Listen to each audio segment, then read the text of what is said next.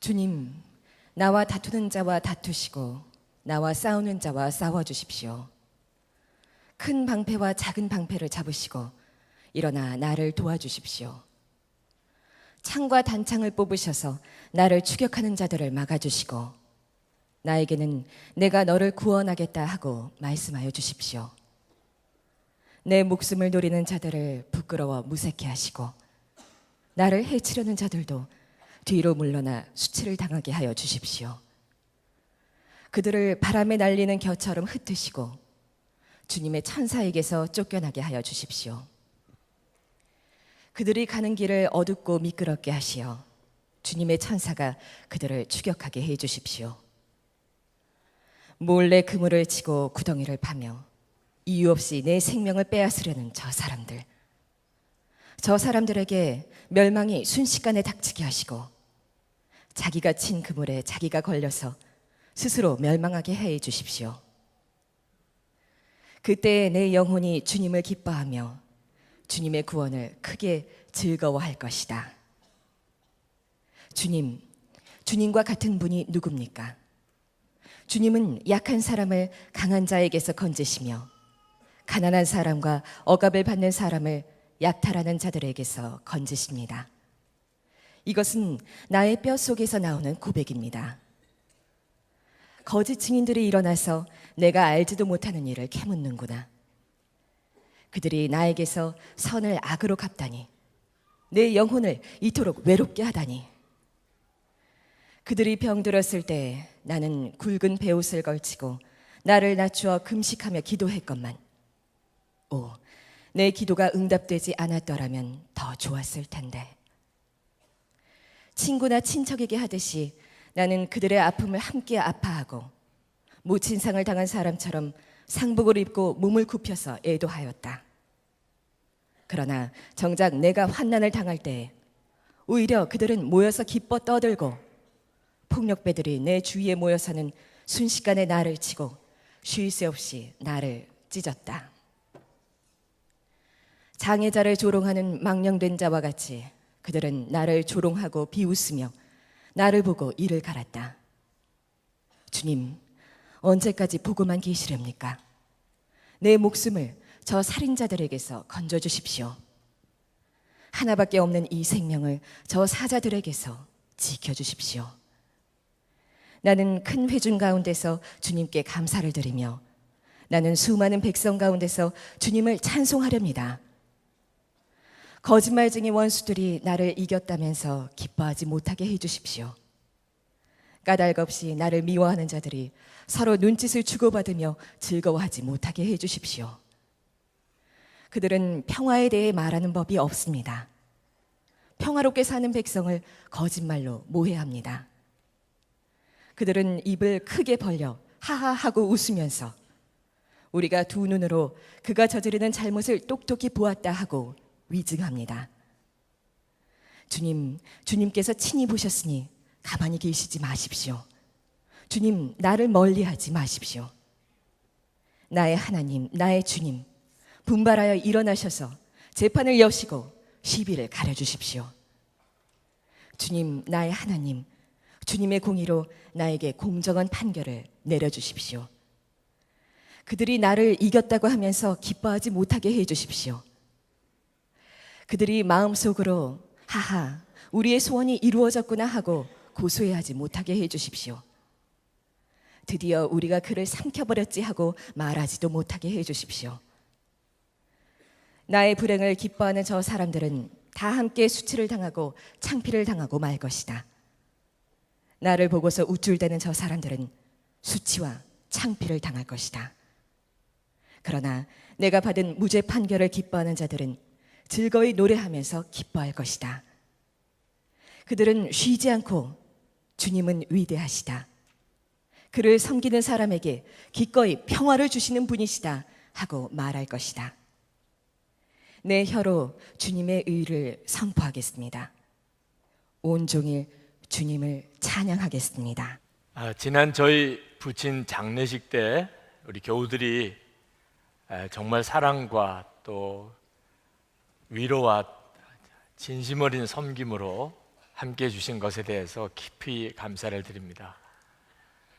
저는 이번 저희 부친의 장례식 때 아주 특별한 체험을 한 것 같습니다. 둘째 날 아침에 주님이 제 마음에 저희 부친의 장례식이 꼭 저의 장례식 같은 마음을 저에게 부어 주셨습니다. 그래서 저는 지금 이 시간에 장례식을 치르고 목회하는 목사 같은 느낌을 갖습니다. 우리 교회와 교우들이 저희 부친의 장례식을 섬겨주시는 것이 꼭 저의 장례식을 치러주시는 것 같은 느낌을 받았습니다. 저에게는 아마 두고두고 이 일이 저의 삶에 굉장히 중요한 변화를 가져오게 될 거라고 생각이 듭니다. 저희 부친의 삶을 통해서 이번 장례식 때 하나님이 저에게 깨우쳐 주신 것도 굉장히 크게 있습니다. 저희 부친은 평생 위로자로 또 다른 사람을 섬기고 온유함으로 하나 되게 만드시는 삶을 평생 사신 분입니다. 적이 없으시다고 그렇게 말을 흔히 하지요. 사람이 한평생을 사는데 어떻게 좋은 사람만 만날 수는 있었겠습니까? 물론 오래 기억이 되는 그런 깊은 사랑을 나누는 사람도 저희 부친이 많이 만나셨지만 마음을 아프게 하고 마음에 큰 상처를 남겨준 분들도 꽤 많이 만나셨습니다. 근데 제가 어려서부터 보았던 저희 부친은 정말 온유함으로 품으시는 분이셨습니다. 힘들게 하시는 분에게는 더 잘해 주시는 분이셨어요. 그래서 정말 생일을 마치고 난 다음에 누구도 저희 부친에 대해서 싫어하시는 분 또는 원수 맺고 적처럼 생각하시는 분이 아무도 없으셨습니다. 근데 저는 어릴 때는 그것이 싫었어요. 무능한 것처럼 보였습니다. 그런 아버님의 모습이 무능한 모습처럼 여겨졌습니다. 누구에게도 말 한마디 제대로 못 하시는 것처럼 그렇게 비춰졌고, 또 무언가를 이렇게 쟁취해내지 못하시는 분처럼 그렇게 여겨졌습니다. 그게 꼭 좋아 보이지만은 않았습니다. 이번에 장례를 치르면서 아버님에게 있었던 그것이 얼마나 귀중한 것인가, 저에게 제 삶과 제 목회에 하나님이 아버님을 통해서 얼마나 중요한 것을 가르치셨는가 하는 것을 깊이 깨달았습니다. 히브리서 12장 14절 말씀에 보면 모든 사람과 더불어 화평함과 거룩함을 따르라. 이것이 없이는 아무도 주를 보지 못하리라. 모든 사람과 어떻게 화평함을 이루고 살 수 있습니까? 저희 아버님을 통해서 하나님께서 그 일에 대해서 다시 한번 저에게 깊이 도전해 주시는 것을 느꼈습니다. 여러분들도 여러분의 장례식 준비하고 사셔야 합니다. 여러분 옆에 계신 분들이 다 여러분의 장례식 때 오실 분이기도 합니다. 원수 맺고 사는 일은 정말 어리석은 일입니다. 어떤 사람과 관계가 이렇게 맺어 꼬여 있는 상태에서 그냥 내버려 두고 있는 것은 정말 끔찍한 일입니다. 하나님 앞에 섰을 때 모든 사람과 함께 화평함을 이루지 못하면 주님 앞에 설 수가 없다고 그랬습니다. 오늘 이 시편 35편의 말씀은 정말 감당하기 어려운 원수 같은 사람을 어떻게 대해야 하는지에 대해서 우리에게 주시는 굉장히 중요한 교훈이기도 합니다. 이 시편 35편은 억울한 일을 당한 사람, 말할 수 없는 공경에 빠져 있는, 사방에 자기를 죽이려고 달려드는 그런 상황에 빠져 있는 사람이 흔히 인용하는 성경으로 유명한 성경입니다. 혹시 여러분 중에도 그런 처지에 있는 사람이 있다고 한다면 오늘 이 시편을 읽을 때 마음에 무언가 깊이 와닿는 것이 있었을 겁니다. 이 시편 35편이 정확하게 어떤 사건을 배경으로 하고 있는지는 성경이 명확하게 밝혀주고 있지 않지만 사무엘하 17장에 나오는 사건을 읽어보면 이 시편을 깊이 이해할 수 있습니다. 사무엘하 17장에 보면 다윗의 아들 압살롬이 다윗을 반역하는 기사가 나옵니다. 그때 다윗이 겪었던 일을 생각하면서 이 시편을 읽으면 훨씬 이 시편이 살아있는 말씀으로 읽어집니다. 그때 아히도벨이라고 하는 사람이 나옵니다. 이 아히도벨은 본래 다윗의 모사입니다. 다윗의 옆에서 다윗을 도와주는 그런 제갈공명 같은 사람이죠. 이 아히도벨은 다윗과 아주 친밀한 사람입니다. 다윗의 30용사가 있었는데 그 30용사 중에 한 사람인 엘리암이라는 사람의 아버지이기도 하고 바세바의 할아버지이기도 하고 수십 년 동안 다윗과 전쟁터에서 생사고락을 같이 했던 사람이고 다윗이 이 아히도벨의 전략으로 수많은 전쟁에서 승리를 거두었습니다. 그런데 이 아히도벨이 다윗을 배반합니다. 압살롬이 반역을 일으켰을 때 이 아히도벨이 압살롬 편에 서게 됩니다. 그래서 압살롬의 모사꾼이 됩니다. 이 아히도벨의 계략 때문에 다윗이 얼마나 많은 고통을 겪게 되는지 모릅니다. 압살롬이 다윗의 후궁들, 신분으로 따지면 어머니 뻘이 되는 그 다윗의 후궁들을 공개적으로 범하는 끔찍한 일을, 폐륜을 저지를 때 아히도벨이 그런 계략을 낸 사람입니다. 다윗이 예루살렘 왕궁을 내려놓고 피신 갈 때 그때 그 다윗을 빨리 뒤쫓아가서 다윗을 지금 죽이라고 했던 사람이 아히도벨입니다. 만약에 압살롬이 아히도벨이 했던 말대로 했다면 다윗은 아마 그때 죽었을지도 모릅니다. 하나님이 막아주셔서 다윗이 살은 거죠. 이 아히도벨은 다윗에게 있어서는 말할 수 없는 친밀한 사람입니다. 네, 그가 배신을 했습니다. 아들은 반역을 일으켰습니다. 자, 이와 같은 상황에서 이 시편 35편을 한번 읽어보시면 이 시편 35편이 더 가슴에 와닿습니다. 1절 말씀을 읽어보면 다윗이 대단한 곤궁에 빠져 있다는 사실을 알게 됩니다. 보통 다윗의 시편이 이렇게 급박하게 시작되는 시편이 그렇게 많지 않습니다. 주님, 나와 다투는 자와 다투시고 나와 싸우는 자와 싸워주십시오. 시작하면서부터 주님 싸워주십시오. 그렇게 다윗이 고백할 정도로 다윗의 지금 상황이 아주 급박하고 바로 죽음이 눈앞에 있는 그와 같은 상황에 있었습니다.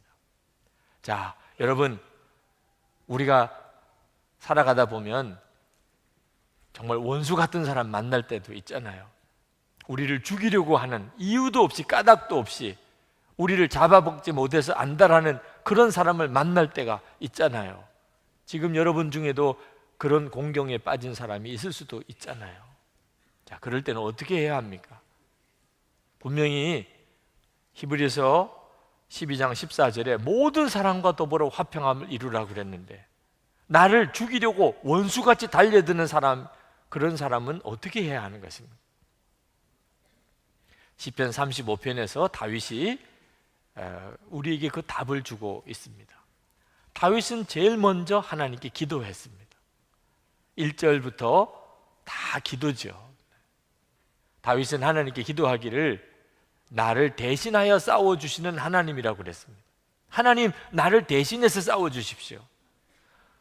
다윗이 하나님께 기도한 것은 하나님이 자기를 대신해서 싸워주시는 하나님이라는 믿음이 있었기 때문입니다.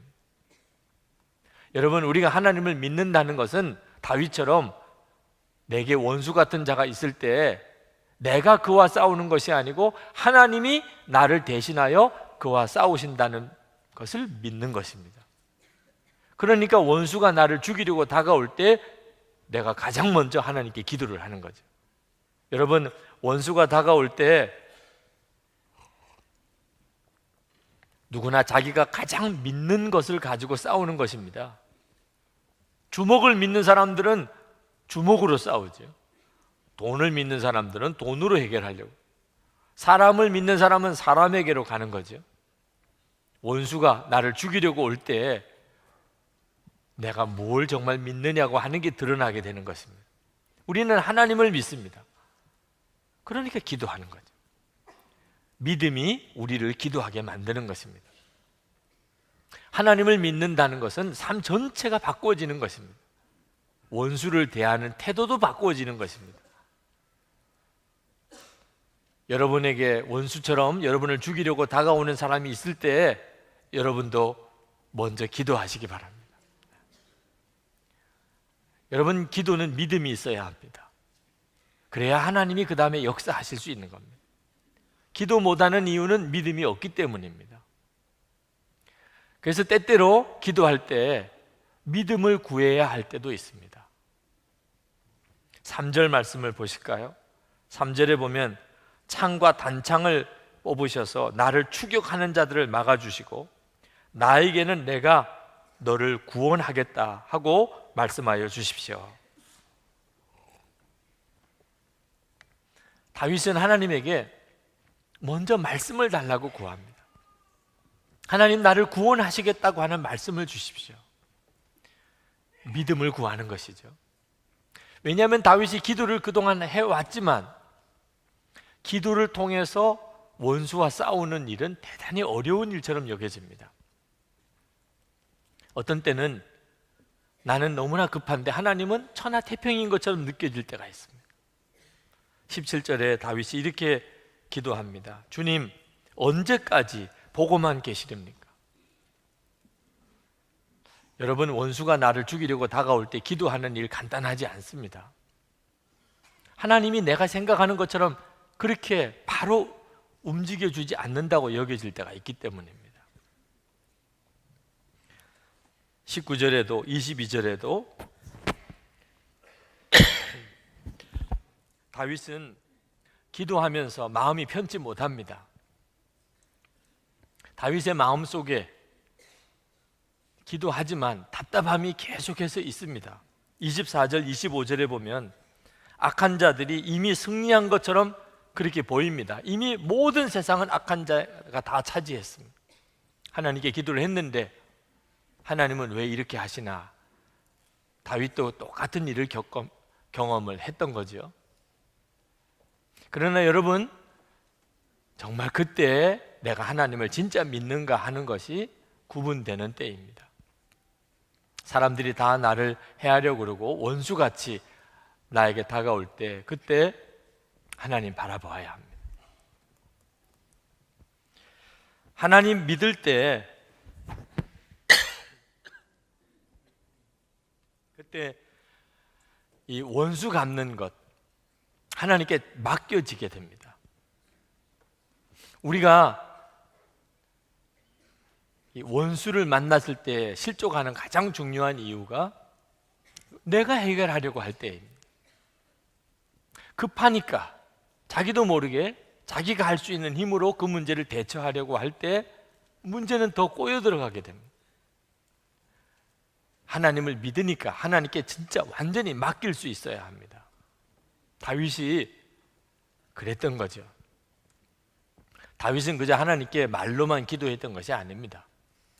하나님께 정말 다 맡겼습니다. 다윗의 기도를 읽어보면 구구절절히 원수에 대한 저주와 같은 기도를 퍼붓습니다. 하나님, 원수 갚아주세요. 하나님, 친히 싸우세요. 하나님, 왜 잠잠히 계십니까? 6절에 보면은 원수가 미끄러져서 뇌진탕 걸리게 해달라는 표현도 나옵니다. 다윗도 지금 보통 마음이 힘든 게 아니라 말이에요. 친구였어요. 자기를 죽이려고 하는 바로 그 자가 자기의 친구였습니다. 12절에 보면은 그들이 나에게 선을 악으로 갚다니 내 영혼을 이토록 외롭게 하다니. 그 친구들이 몸이 아팠을 때 그때 금식하면서 기도해 주었고, 어려움을 당할 때 그때 마치 모친상을 당하는 사람처럼 그들을 위해서 그렇게 안타깝게 울어주었던 바로 그 사람들이 자기를 지금은 죽이려고 하는 겁니다. 다윗이 그 배신감 때문에 치를 떱니다. 그런데 주목할 것은 다윗이 그렇게 기도하지만 다윗이 직접 원수 갚으려고 하지 않았다는 것입니다. 하나님께는 하나님 원수 갚아달라고 간절히 기도했습니다. 그러나 다윗이 직접 압살롬과 또는 아히도벨과 싸우려고 하지 않았습니다. 왕궁을 차지하려고 압살롬이 반역을 일으켰을 때 그때 다윗은 예루살렘 왕궁을 깨끗하게 아들에게 물려주고 피신을 가버립니다. 그것이 하나님께서 원하시는 방법이라고 깨달았기 때문에. 다윗도 싸우려고 하면 싸울 수 있었겠죠. 그러나 그것이 아들과 싸우는 것이 그는 나를 죽이려고 하지만 그게 하나님이 기뻐하는 일일까? 만약에 하나님이 나를 여전히 왕으로 인정하신다면 결국은 하나님이 나를 돌아오게 하실 것이고, 만약에 하나님이 정말 나를 징계하셔서 하시는 일이라고 한다면 내가 싸워서 무슨 소용이 있나? 그때 다윗이 예루살렘에서 떠난다는 것은 대단히 위험한 일이기도 했습니다. 아히도벨이 그걸 정확하게 본 거죠. 지금 다윗을 죽이려면 지금 죽여야 됩니다. 다윗이 도망가고 있을 때 바로 뒤쫓아가서 다윗을 덮쳐야 됩니다. 그럴 수 있는 상황이었어요. 그런데도 다윗은 살고 죽는 것을 하나님께 정말 다 맡겼습니다.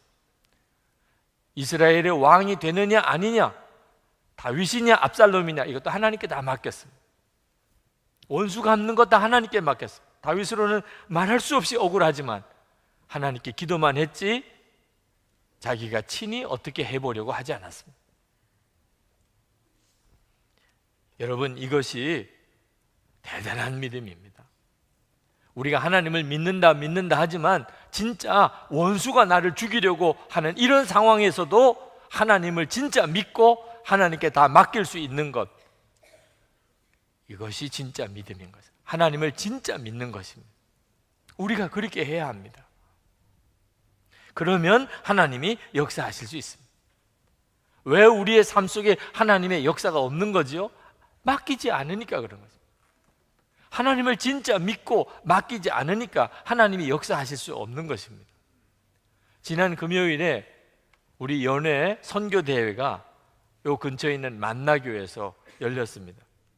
그때 강사로 오신 분이 박보영 목사님이십니다. 그 박보영 목사님께서 교회를 처음 개척해 나가실 때 거리에 있는 불황 아들을 데리고 사셨습니다. 우리가 우리 자녀들을 낳아서 그 아이를 기를 때 얼마나 어려워요. 길거리에서 헤매던 그 불황 아들, 싸우고 거친 삶을 살았던 그 아이들을 바로 가르치는 일이 얼마나 어려웠겠습니까? 아무리 말로 타일러도, 아무리 야단을 쳐도 바로 잡아지지 않는 겁니다. 나중에는 규칙을 정하고 어기면 매를 들겠다고 했습니다. 그래도 아이들이 말을 듣지 않아요. 매를 때려야 되는데 그 아이들을 때릴 수가 없더랍니다. 그냥 넘어갈 수는 없고, 그래서 목사님이 대신 맞기로 했습니다. 아이들에게 몽둥이를 들려주고 너희들이 맞아야 될 매를 나에게 때리라. 내가 바로 가르치고 본을 보이지 못하니 그러니 내가 맞아야 되겠다. 그러나 너희들이 나를 살살 때리면 이건 계속 반복되어져야 되니 이왕 때릴 거 처음부터 제대로 때리라. 아이들이 울고 그 몽둥이 들고 목사님을 때렸어요. 그래서 꼬꾸라져서 한동안 며칠 동안 일어나지도 못하는 그런 지경에도 들어갔던 적이 여러 번 있었다고 그랬어요. 어느 날 그 중 아이가 물어보더래요. 목사님, 왜 우리를 버리지 않으시나요? 자기들이 생각해도 너무 이상하잖아. 왜 우리를 버리지 않으시고 계속 이렇게 우리를 품고 계신가요? 그때 그 아이에게 대답해 줬답니다. 나는 너희들보다 훨씬 더 나빴어. 그런데 그런 나를 버리지 않으신 분이 계셨어. 나를 대신해서 매를 맞으시고 나를 대신해서 죽어주신 분이 계셨어. 예수 그리스도에 대해서 전했습니다. 변할 것 같지 않은 그 아이들이 변하더라는 거예요. 어느 날 그 아이들이 나가서 전도를 하고 와서 하는 이야기가, 나가서 예수 믿으라고 전도를 하면 때린다는 거예요. 어떻게 하면 좋으냐고. 그때 목사님께서 그 아이에게 때리면 맞으면 되잖아. 그게 뭐가 문제야? 때리면 맞으면 되잖아. 근데 그 거리의 불황아들이었던 그들이 정말 나가서 복음을 전하다가 때리면 맞고 오는 거예요. 맞으면서 복음을 전하고 전도하고 섬기고 오는 거예요. 하나님을 정말 믿고 진짜 맡기면 사람이 변하는 것입니다. 그게 하나님이 우리에게 주신 방법입니다. 다윗이 진짜 하나님을 믿었다는 것은 그의 찬양을 보면 알 수가 있습니다. 지금 원수가 자기를 죽이려고, 친구가 원수가 되어서 자기를 죽이려고 하는 이런 상황에서 찬양이 나옵니까? 그런데 다윗은 찬양을 하고 있습니다. 28절에 보면 내 혀로 주님의 의를 선포하겠습니다. 온종일 주님을 찬양하겠습니다. 여러분, 원수를 만나는 상황에서도 찬양할 수 있습니까? 있습니다. 어떻게 그게 가능하지요? 우리가 사는 동안에 정말 나쁜 사람 많이 만나지요. 사기꾼도 만나고 재정적으로 또는 신체적으로 우리의 삶 속에서 여러 가지 형태로 우리를 억울하게 하고 힘들게 하고 뺏어가고 우리를 거꾸로 때리고 속이고 거짓말하고 우리를 죽이려고 하는 그런 사람들을 만나죠. 너무나 고통스러운 일이죠. 정말 만나지 않았으면 싶은 사람들만 왜 그렇게 많은지 모릅니다. 그러나 여러분 기억해야 합니다. 그런 사람들만 만납니까? 여러분, 여러분의 생애 중에 그런 나쁜 사람들만 만났습니까? 예수님을 만났잖아요. 우리의 생애가 다른 사람들이 볼 때는 부러워할 것이 없는 것처럼 보이는 생애를 할지라도 어릴 때부터 지금까지 고생밖에 한 게 없다. 나는 사람들로부터 늘 당하기만 하고 억울하게 살았던 그런 인생이었다. 그런 사람이 있다 하더라도 예수님 만나셨잖아요. 예수님을 믿게 되었잖아요. 예수님을 만나고 예수님을 믿었다는 것이 여러분의 생애에 수많은 나쁜 사람들을 만난 모든 것을 다 상쇄하고도 남는 거 아십니까? 제가 예수님을 인격적으로 만나고 난 다음에, 예수님을 알고 난 다음에, 제 마음속에 예수님이 오시고 난 다음에 비로소 성경 구절들이 이해되기 시작하더라고요. 하박국이 이해가 돼요. 하박국 선지자는 하박국 3장 17절부터 그는 자기 주변에 아무것도 남아있는 게 없다고 고백합니다. 비록 무화과 나무가 무성하지 못하며 포도나무에 열매가 없으며 감람나무에 소출이 없으며 밭에 먹을 것이 없으며 우리의 양이 없으며 외양간에 소가 없을지라도 아무것도 없어요. 아무것도. 그런데 18절에 나는 여호와로 말미암아 즐거워하며 나의 구원의 하나님으로 말미암아 기뻐하리로다. 이게 정말 어떻게 된 일이죠? 하나님을 아는 것이 이렇게 놀랍단 말입니다. 하박국이 하나님을 알고 나니까, 하나님을 만나고 나니까 아무것도 없어도 그는 기뻐하고 즐거워하고 찬양하게 되더라고요. 예수님을 만나고 나니까 정말 그렇더라고요. 예수님을 만나고 나니까 모든 것이 다 없어도 그래도 주님을 찬양하고 기뻐할 수 있겠더라고요. 사방의 사람들이 다 원수 같은 사람이라도 그런 상황을 만나기도 쉽지 않죠. 어찌 주변에 있는 모든 사람들이 다 원수 같은 사람이 그렇게 될 수 있겠습니까? 그러나 그런 사람이 있잖아요. 스데반 집사. 스데반 집사는 사람들이 다 둘러서서 돌을 던져서 죽기까지 돌을 던져서 그를 죽인 순교한 사람 아닙니까? 그런데 사방의 사람들이 다 자기를 죽이려고 돌을 던지는 이런 상황에서도 스데반 집사는 오히려 그들을 축복하고 얼굴이 천사 같았다고 그랬어요. 그럴 수 있겠더라고요. 예수님을 알고 나니까, 예수님을 만나고 나니까 스데반 집사가 이해가 돼요. 그럴 수 있겠더라고요. 예수님을 바라보는 중에 스데반 집사는 돌에 맞아서 천사 같은 얼굴로 돌 던지는 이들을 축복하면서 그는 순교할 수 있었어요. 우리가 그 예수님을 만났고 믿었지 않습니까? 예수님 그분으로 인해서 찬송하게 되는 것입니다. 우리의 믿음은 내 환경에 반응하는 것이 아니고 우리와 함께 계시는 우리 주님께 반응하는 것이죠. 그러니까 비록 원수가 나를 죽이려고 달려드는 상황일지라도 내 안에 예수님이 분명히 계시면 그러면 그 상황에서도 찬송할 수 있는 거죠.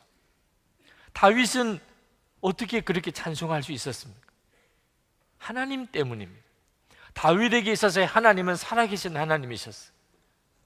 비록 아들 압살롬이 모반하고 그리고 아히도벨이 자기를 배신하여 죽이려고 달려드는 이런 상황이지만 여전히 하나님은 하나님이신 거예요. 그 하나님을 믿을 때 다윗에게 찬송이 나왔습니다. 10절에 보면 주님과 같은 분이 누굽니까? 주님은 약한 사람을 강한 자에게서 건지시며 가난한 사람과 억압을 받는 사람을 약탈하는 자들에게서 건지십니다. 이것은 나의 뼈 속에서 나온 고백입니다. 주님 같으신 분이 누구십니까? 다윗은 비록 원수가 자기를 죽이려고 달려드는 그 상황에서도 하나님을 분명히 바라보았습니다. 18절에 나는 큰 회중 가운데서 주님께 감사를 드리며 나는 수많은 백성 가운데서 주님을 찬송하렵니다. 주님이 여러분 주님을 정말 믿고 예수님을 정말 바라보게 되면 그러면 고난 중에서도 원수가 죽이려고 달려드는 상황에서도 찬송할 수 있는 사람이 됩니다. 그리고 그 믿음대로 하나님이 역사해 주시는 것입니다. 결국은 다윗의 기도와 믿음과 찬양대로 됩니다. 아히도벨이 다윗을 죽이려고 압살롬에게 지금 즉시 다윗을 쫓아가서 죽이시라고 하지만 하나님께서 후세라고 하는 또 다른 사람을 세워서 압살롬에게 다른 이야기를 하게 합니다. 다윗 보통 사람이 아닙니다. 섣불리 달려가서 될 문제가 아닙니다. 나중에 군사를 갖추고 힘을 다 모아가지고 그때 가서 다윗과 싸워야지 지금 쫓아갔다가는 그렇지 않아도 독이 오를 대로 오른 그런 상황일 텐데 이거는 큰일 날 문제입니다. 후세라고 하는 사람이 다윗을 생각해서 아히도벨의 계략 반대 계략을 말해줘. 압살롬이 그게 더 솔깃하게 들려서 다윗을 쫓아가지 않습니다. 후세가 뒤에 사람을 보내서 다윗에게 빨리 오늘 강을 건너가십시오. 큰일 날 수 있습니다.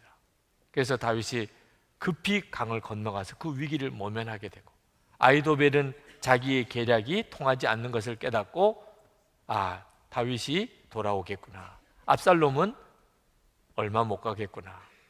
그리고는 고향으로 내려가서 자살을 하고 맙니다. 다윗이 죽을 것 같은 상황이었지만 결국은 모든 일은 하나님께서 주관하시는 것입니다. 언제나 길은 있습니다. 죽을 것 같은 위기에 몰려도 항상 살 길은 있습니다. 시편 84편 5절에 주께 힘을 얻고 그 마음에 시온의 대로가 있는 자는 복이 있나이다. 성도들의 마음에는 시온의 대로가 있습니다. 그냥 길도 아닙니다. 예수님을 모시고 살면 어떤 상황에 처해져 있어도 길이 환하게 보입니다. 살 길, 마지막에 가서 잘했다 기뻐할 길, 진짜 축복의 길, 하나님 앞에 설 때 담대한 길, 그 길이 어려운 길이 아닙니다. 주님을 바라보는 자에게는 항상 분명한 길입니다. 쉐리라고 하는 어느 한 여성이 여행을 이렇게 하다가 어느 도시에 갔는데 저녁 석양이 그렇게 아름다운 것입니다.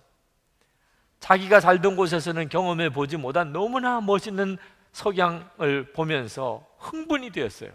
혼자 여행을 가던 길이었기 때문에 그 감동을 누구와 좀 나누고 싶은데 옆에 사람이 없어요.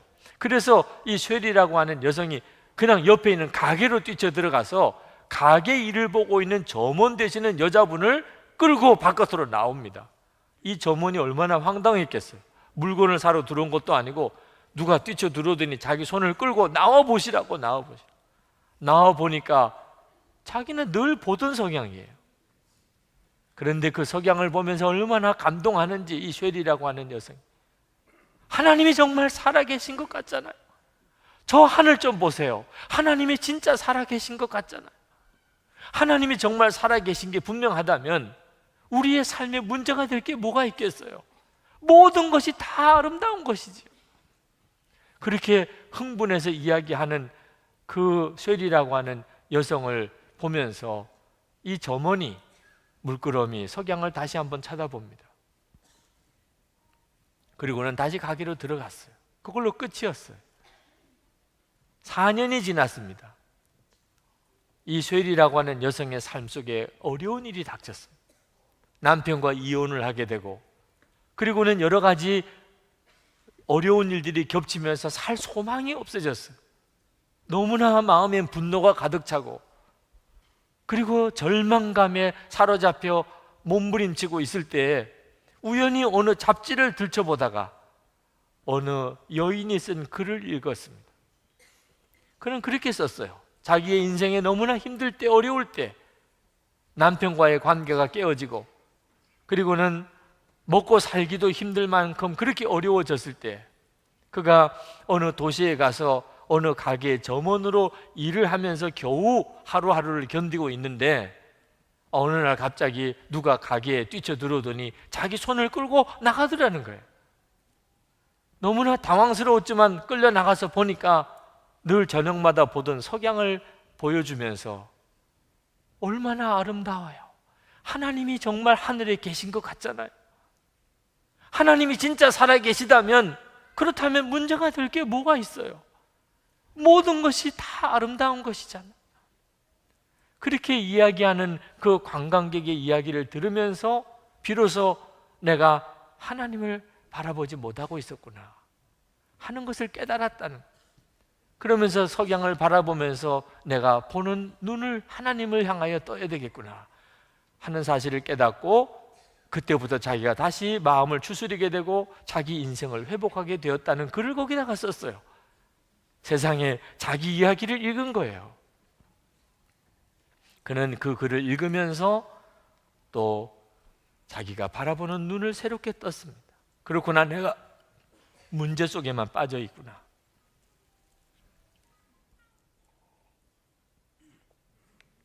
내가 주님을 바라보지 못하고 있구나. 그리고 비로소 자기 문제에서 벗어나게 되었다고 하는 것이죠. 여러분, 믿음이 뭡니까? 믿음은 주님을 바라보는 것입니다.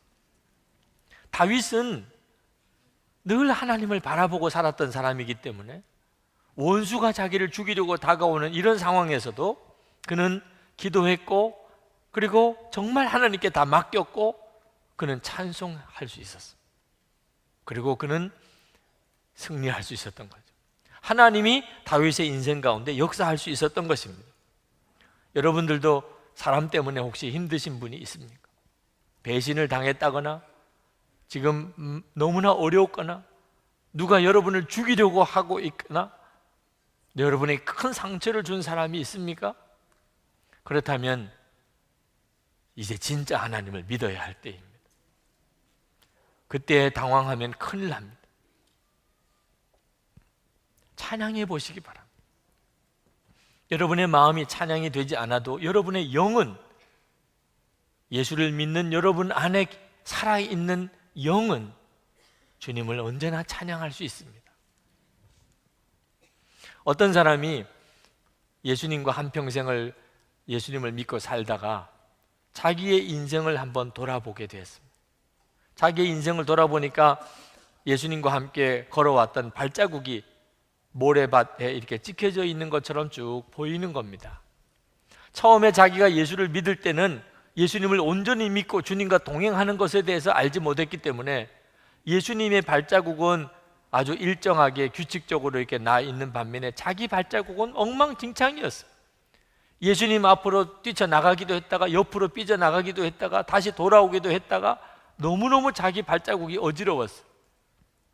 그러나 얼만큼 시간이 지나면서 보니까 자기가 서서히 예수님의 발자국과 같이 보조를 맞추고 있는 겁니다. 주님과 함께 동행하는 법에 대해서 이제 눈이 열리게 된 거죠. 주님이 걸어가는 그 옆에 자기도 같이 같은 보폭으로 걸어가고 있는 자기를 보면서 너무나 기뻤어요. 그래, 내가 예수님을 믿는 것을 통해서 삶이 바뀌었지. 그런데 점점점 더 놀라운 것은 자기 발자국은 아예 없어지고 예수님 발자국 하나만 남은 겁니다. 어느 순간부터 자기 인생에 가장 힘들 때, 너무나 위기가 왔을 때, 그때는 자기 발자국이 없어요. 예수님이 자기를 얻고 가시던 길이죠. 그러니까 예수님의 발자국밖에 없는 겁니다.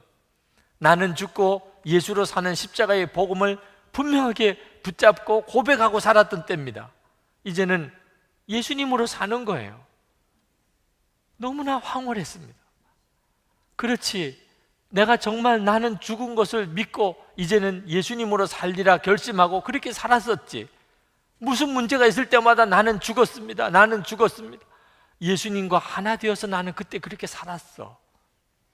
그렇게 흐뭇했어요. 그런데 조금 더 가면서 당황스러운 것이 다시 자기 발자국이 나타나더니 이제는 처음보다도 더 어지러운 겁니다. 처음 자기가 예수를 믿을 때 비교가 안 될 정도로 자기가 엉망진창이에요. 어떻게 이렇게 내가 혼란스럽게 살 수 있을까? 예수 믿고 이제 나는 죽고 예수로 산다고 24시간 예수님을 바라보고 산다고 그랬는데 아니 어떻게 이렇게 마지막에 이렇게 엉망일 수가 있나 말이에요. 너무너무 곤혹스럽고 당황스러운 겁니다. 내가 왜 이렇게 실족했을까? 그래서 주님께 물었습니다. 주님, 제가 처음 주님을 믿을 때는 아직도 제가 믿음이 온전치 못해서 주님을 믿나라고 하면서도 제 엉망으로 제 마음대로 그렇게 살았었습니다. 그러나 제가 주님을 더 알게 되면서부터 주님과 동행하는 법을 알게 됐고 나중에는 나는 죽고 예수로 사는 분명한 믿음으로 주님이 나를 얻고 가시는 것처럼 저는 그렇게 살았습니다. 그런데 왜 갑자기 내 삶이 이렇게 엉망이 됐습니까? 이게 어찌된 일입니까? 그러면서 주님께 당황해서 물을 때 주님이 환한 미소를 띠면서 대답하시더래. 너는 몰랐느냐? 그때가 너와 내가 함께 춤을 추고 있었잖아. 여러분, 예수님을 믿고 산다는 것은 나는 죽고 예수로 사는 겁니다. 그러나 그냥 나는 죽었습니다만 하는 게 아니에요. 예수님과 함께 춤을 추고 사는 거예요. 그게 진짜 믿음인 거죠. 원수가 나를 죽이려고 달려드는 그 순간에도 주님은 변함이 없으십니다. 예수님과 함께 사는 삶에는 달라진 게 아무것도 없어요. 춤추고 살 수 있습니다. 찬양하고 살 수 있습니다. 때때로 주님 어디 계신가 답답할 때가 있습니다. 여러분에게 어려운 일이 닥쳐올 때 더 그렇죠. 여러분 정말 24시간 예수님 바라보는 훈련 하셔야 됩니다. 여러분에게 책을 하나 소개하려고 합니다. 우리 교회 임민택 집사님이 쓰신 수다쟁이 예수님이란 책입니다. 영성일기 쓰신 우리 교회 교우들 중에 첫 번째 쓰신 책입니다. 영성일기를 책으로 내신 첫 번째 책입니다. 너무너무 재밌습니다. 아마 여러분이 교회 게시판에서 혹시 임민택 집사님 글 읽어보신 분들은 아마 너무너무 재밌었다는 인상이 있으실 겁니다. 그리고 아주 은혜롭습니다. 영성일기 쓰는 것이 이렇게 재밌을 수 있구나 하는 것을 여러분에게 꼭 보여드리고 싶습니다. 그리고 영성일기를 쓰면서 주님을 어떻게 만나는지, 어떻게 경험하는지 여러분도 아마 다 경험해 보실 수 있습니다. 제가 이 책을 여러분에게 꼭 읽어 보시라고 권해드리고 싶은 것은 단순히 임민택 집사님의 글이 재밌기도 하고 은혜롭기만 한 건 아닙니다. 여러분도 이와 같이 책을 쓰실 수 있게 되기를 바라기 때문에 여러분이 정말 24시간 예수님을 바라보면서 영성일기를 쓰시면 여러분도 책 내실 수 있게 됩니다. 여러분, 예수님은 성경 속에만 계신 분 아니고 다른 사람의 설교나 간증 속에만 계신 분 아닙니다. 여러분의 삶 속에 계신 분이에요. 지금 여러분 안에 계세요. 여러분이 그것을 여러분 스스로가 발견하실 수 있게 됩니다. 주님은 지금 내 안에 계시잖아. 나와 같이 계시잖아. 이 눈이 열리게 될 때 원수가 나를 죽이려고 다가와도 겁날 것이 없어요. 정말 주님과 함께 춤추며 살 수 있어요. 그렇게 되시기를 축복합니다. 우리 다 같이 기도하십시다. 주님, 제가 주님과 온전히 동행하며 살면서 원수가 나를 죽이려고 올지라도 하나님을 온전히 믿고 기도하고 맡기고 찬송하고 살기를 원합니다. 제 안에 살아계신 주님, 제 눈을 열어주시기를 원합니다. 우리 다 같이 통성으로 기도합시다.